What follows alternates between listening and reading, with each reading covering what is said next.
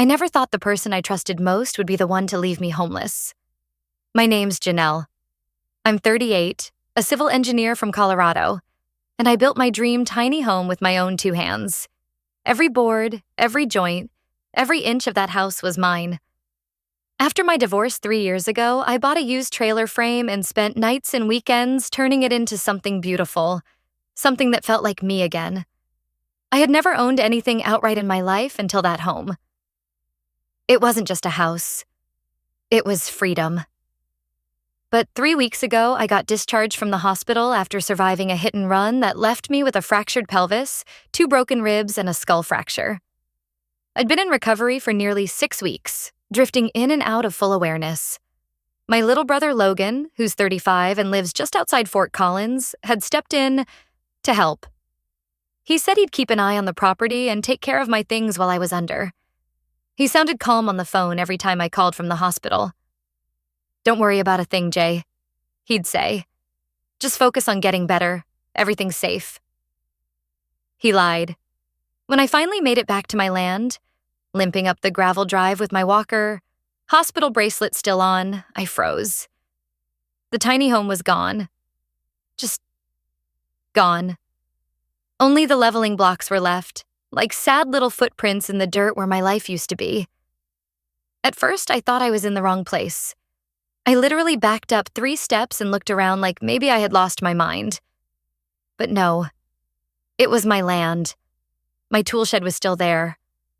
My garden beds, dry and overgrown now, still sat near the tree line. But my house, the home I built and lived in full-time, was nowhere to be found. That's when I saw Logan's pickup roll up. He stepped out with a grocery bag and a big smile, like he was delivering takeout. "You're back early," he said, like this was some kind of surprise party. "You look great." I didn't answer. I just stared at him. Finally, I whispered, "Where's my house?" He paused. His expression didn't change much, but I saw something flicker behind his eyes. Guilt, maybe, or panic, buried beneath a well-rehearsed script. "Oh, right. South, listen. I did something kind of impulsive, but I swear it was for your own good. I sold it." I genuinely thought I misheard him. I blinked. "You sold it?" "It wasn't livable anymore," he said quickly. "Not with your condition. You'll need something more stable, something on a foundation. And that thing was just a trailer on wheels, Jay. It wasn't safe. I got a great deal for it, though. $9,000. Cash I couldn't breathe." I stood there, heart pounding, mouth open. My hands were shaking on the walker. "You sold my home?" He had the nerve to shrug. "I talked to the guy. He's gonna turn it into an Airbnb or something. It's getting a second life. You should be happy." The blood roared in my ears. I'd spent 3 years building that place. It was insulated, wired, plumbed, and passed every safety inspection in the county. I'd paid my dues. I worked 2 jobs to afford every screw, every solar panel, every inch of reclaimed wood. It wasn't junk. It was mine. And he sold it behind my back while I was in the hospital, unable to defend myself. "You had no right," I said, barely recognizing my own voice. He scoffed. "You weren't using it. You couldn't. And besides, it's not like you're homeless. I cleaned out my RV for you to stay in while you recover. I even put fresh sheets on the bed." Like that made it okay. Like wiping his muddy hands on a clean towel erased the stain. I felt sick. Then he added almost casually, "Oh, and just FYI, I used the money to fix the RV. New brakes, new generator, had the roof resealed. It's basically like new." I think that was the moment something in me broke. Not from grief, not from betrayal, from clarity. I realized he hadn't done this to help me. He did it to help himself. He didn't see a home when he looked at my tiny house. He saw a quick flip and a good excuse. I didn't yell. I didn't cry. I just turned, stepped back into his truck, and asked him to take me to the RV. He smiled like I was finally coming around. What he didn't know is that while he drove, I quietly turned on the voice memo app on my phone. And while he bragged about the deal he made, the guy off Craigslist, and how paperwork's just formality if it's a cash sale, I was recording every word, because the house might be gone. But I wasn't, and he had no idea what I was about to do next. The RV reeked of stale air freshener and cigarette smoke. Logan parked it behind his garage and proudly showed me around like he'd just bought me a condo. "See?" he said, throwing open the mini fridge.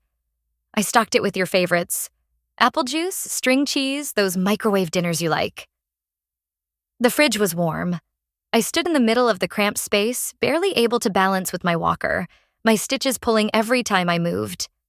My pillow, the one I had hand-sewn from scraps of upholstery fabric in my tiny home, was shoved into a corner of the dinette like a dog bed.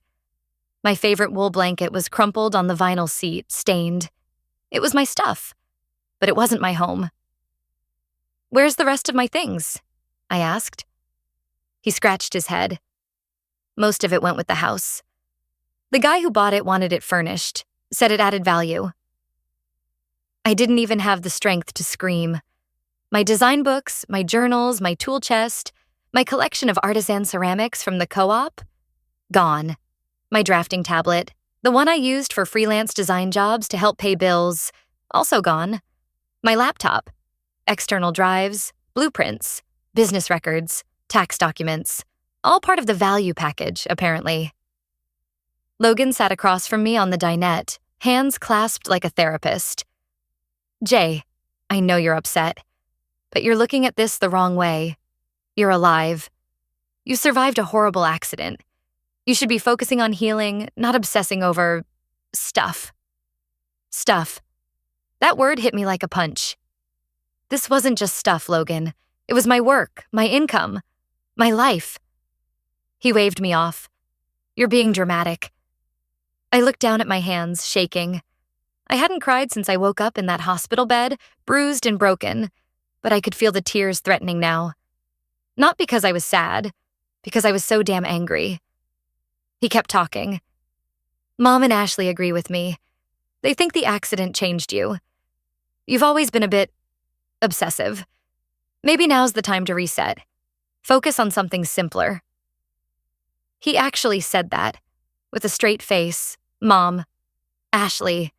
My sister-in-law, who once told me I was trying too hard to act like a man because I knew how to weld. Apparently, they'd had meetings about me while I was unconscious, discussing how best to reintegrate me into a less demanding lifestyle. As if I'd been committed, not hospitalized for a car accident. Later that night, they all gathered for dinner in Logan's kitchen like some warped intervention. Logan's wife made a casserole. My mother brought a stack of pamphlets for long-term rehab centers, just in case. Everyone talked at me about how they could help manage my affairs for a while, until I was clear-headed enough to make good decisions. I wasn't crazy. I wasn't confused. I was homeless, because they'd taken everything I had and handed it off like a garage sale. But here's the thing. When people treat you like you're powerless, they forget one very important fact. They stop watching their backs. A week later, while pretending to settle in at the RV, I borrowed Logan's laptop. He said he was proud of me for staying offline to detox. I logged in, backed up my voice recording from the truck, and started looking through his browser history. I wasn't ready for what I found. He'd listed my architectural sketches, my actual designs for the modular housing program I'd been developing, on a freelance portfolio website under Ashley's name. She was using them to apply for grant money. Not just a few drawings, my entire proposal. A project I'd spent the last 2 years building from scratch to pitch to a sustainable housing nonprofit. They'd stolen my house. Now they were trying to steal my career. I sat there, hands shaking, staring at the application letter Ashley had submitted under her name, using my files. And that's when it clicked. This wasn't incompetence. This wasn't some well-meaning mistake. This was premeditated. They'd waited until I was vulnerable, injured, medicated, out of the way. And they took, piece by piece, home, income, identity. But I wasn't out yet. I emailed myself copies of everything. The files, the screenshots, the messages. Then I called someone I hadn't spoken to in nearly 5 years. Her name was Dana, and she was the co-founder of the nonprofit I had originally been working with before Ashley burned that bridge behind my back. She answered on the third ring. "Janelle, is that really you?" "Yeah," I said, my voice hoarse. "And I think someone's trying to pass off my work as theirs. I need your help." She paused. "Send me everything." I did. All of it. And the next morning, I woke up to a single text from Dana. "You're not going to believe this. We just found out Ashley submitted the same pitch to a corporate sponsor. She asked for $75,000 in startup funds. I think they really believed I was broken. And honestly, I let them." After Dana confirmed Ashley had submitted my designs to a corporate sponsor for a $75,000 startup grant, I didn't scream. I didn't send any angry texts. I didn't even confront Logan. I just made myself smaller. I smiled more. Nodded when they talked. Let them think I was grateful for that smoke-stained RV parked like a rusted apology in Logan's backyard. Every morning, I made instant oatmeal with a plastic spoon and thanked Ashley for the groceries. I even laughed at Mom's suggestion that maybe this whole thing was a blessing in disguise. They had no idea I was documenting everything. Every login, every file, every conversation. I backed up text threads, voice memos, browser bookmarks, down to the Craigslist post Logan used to sell my house. I screen recorded Ashley's fake portfolio on her freelance site and downloaded PDF copies of the stolen blueprints. My blueprints, with my own file naming conventions still intact. I wasn't just collecting proof anymore. I was collecting leverage. But the hardest part was pretending to care about them while I did it. Logan started bringing up the idea of power of attorney again, just casually, over dinner. Said it might make it easier to help me manage things in case I ever had another accident. I smiled, stirring my soup, and asked him to give me a few days to think about it. Ashley started printing out grant application packets for her startup and leaving them near the RV's kitchenette, just in case I wanted to see what real opportunity looked like. Mom told the neighbors I was going through a rough patch, and that they shouldn't be surprised if Logan and Ashley took over the property permanently, like I'd died and forgot to stay dead. Then came the night that nearly broke me. I overheard Ashley on a phone call. Thin walls in the RV, you know. She was pacing outside my window, whispering urgently. "Healing or not, she can't stay here forever," she snapped. "She's a liability. What if she starts talking?" Then silence. A beat later, she added, "If she doesn't sign over the land by the end of the month, I'll tell Logan to cut her off completely. No more rides. No more food. We can say she's unstable. Hell, we can even bring up the concussion again." I sat in the dark, shaking, one hand over my mouth. They weren't just using me, they were planning an exit strategy. A quiet erasure. The kind that doesn't leave bruises, just plausible deniability. That's when I knew. I had to burn it all down. Not with fire, with facts. The next morning, I emailed everything, every shred of proof, to Dana. Recordings, screenshots, documents. She looped in the corporate sponsor Ashley had contacted. Turns out he was a former client of mine. He recognized the work immediately. He called me personally. "Janelle, I had no idea." Her pitch looked weirdly familiar. "I'm so sorry." He pulled the funding. Dana escalated things even further. She forwarded everything to a legal contact, someone who'd dealt with IP theft and grant fraud cases before. And while the lawyers started preparing, Dana asked me a simple question. "Do you want to keep this private? Or do you want them exposed?" I didn't even hesitate. "Public." The very next week, while Logan was out grocery shopping, I asked Ashley if I could borrow her printer. She was busy in the kitchen, probably drafting another pitch she didn't write, and waved me off without even looking. I walked into her home office, slipped the USB into her laptop, and hit print. 10 minutes later, the walls of Logan's backyard were plastered with my stolen designs, with a big red title across the top. Property of Janelle Thorne. Not authorized for reuse or resale. Legal action pending. Every neighbor saw it. Her business partner saw it. The mailman saw it. Logan pulled into the driveway that evening to find his backyard looking like a crime scene. He came storming into the RV, face red. "What the hell is this?" I stood up. No walker this time. "It's notice," I said. "And just a heads up, Dana's nonprofit just announced they're reopening their housing program, with me as lead consultant." His face paled. You're working with them again?" I smiled. "Oh, and by the way, that voice recording from the truck?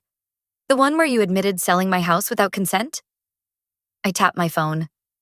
"All ready with the lawyers, and I made a few extra copies for the county assessor." His mouth opened, but no sound came out. Because he knew. He was screwed. And I was just getting started. The thing about people like Logan and Ashley is, they don't believe consequences are real.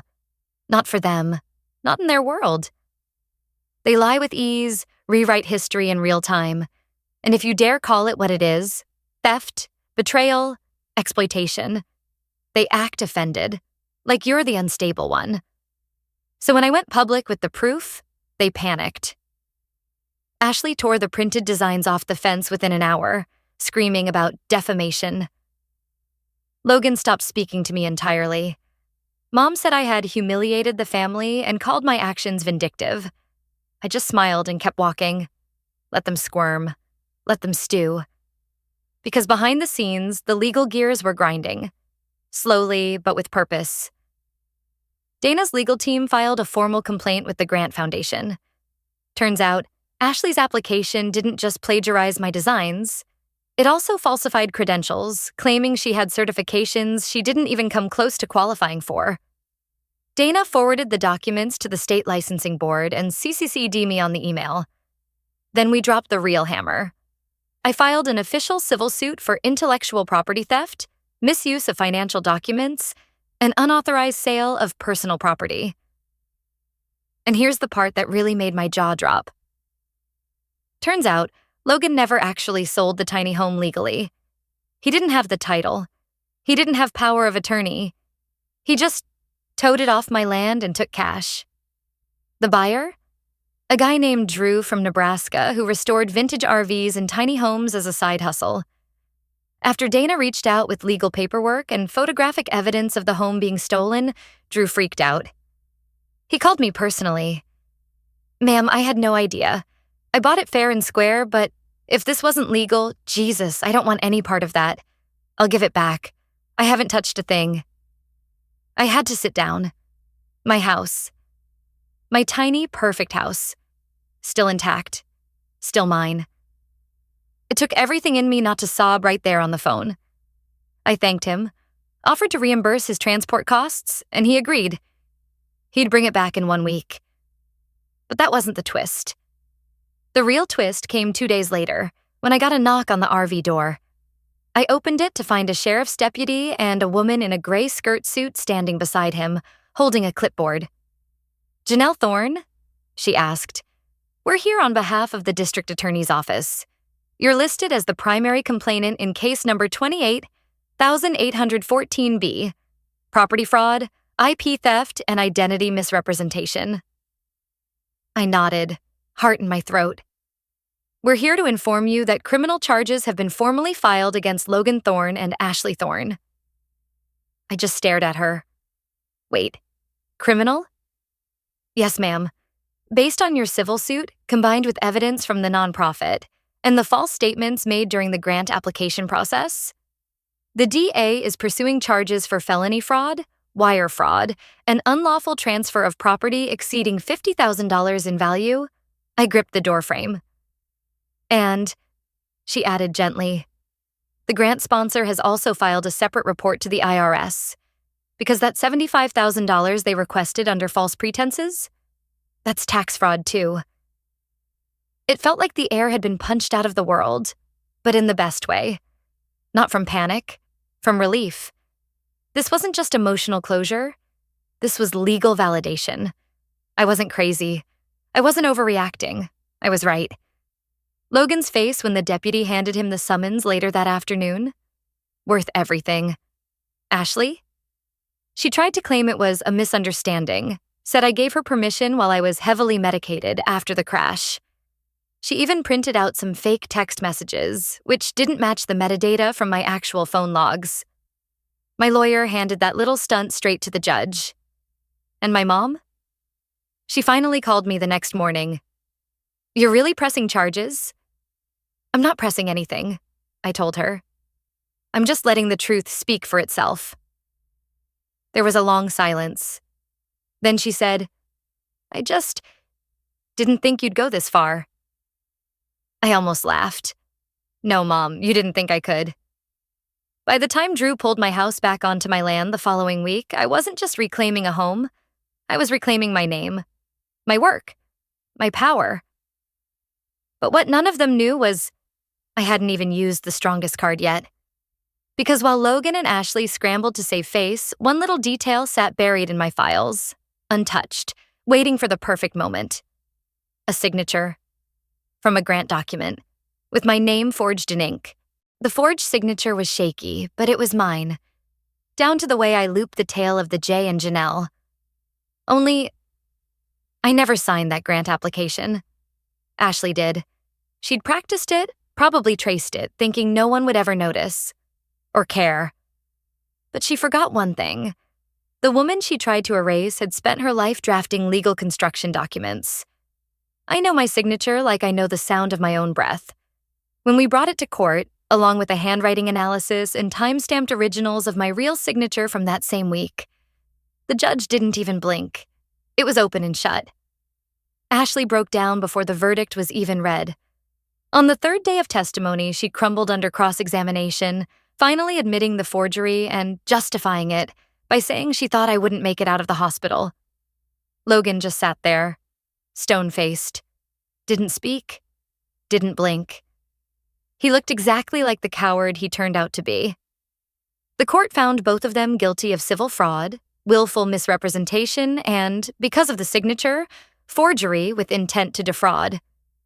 The judge's voice was calm, almost bored, as he read the sentence. 6 months jail time for Ashley, reduced for cooperation.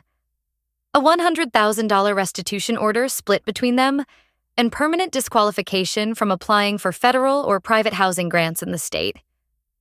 Logan didn't even fight it. Didn't look at me once. After the sentencing, I stood outside the courthouse with my lawyer and Dana, watching news crews pack up.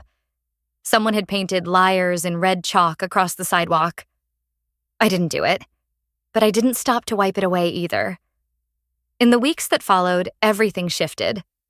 Ashley's freelance account was suspended, her fake portfolio removed. Logan lost his job. Turns out his employer didn't take kindly to felony charges and IP theft scandals. Their house, the one they'd just refinanced in both their names to look more stable for future grant rounds, was now under lien.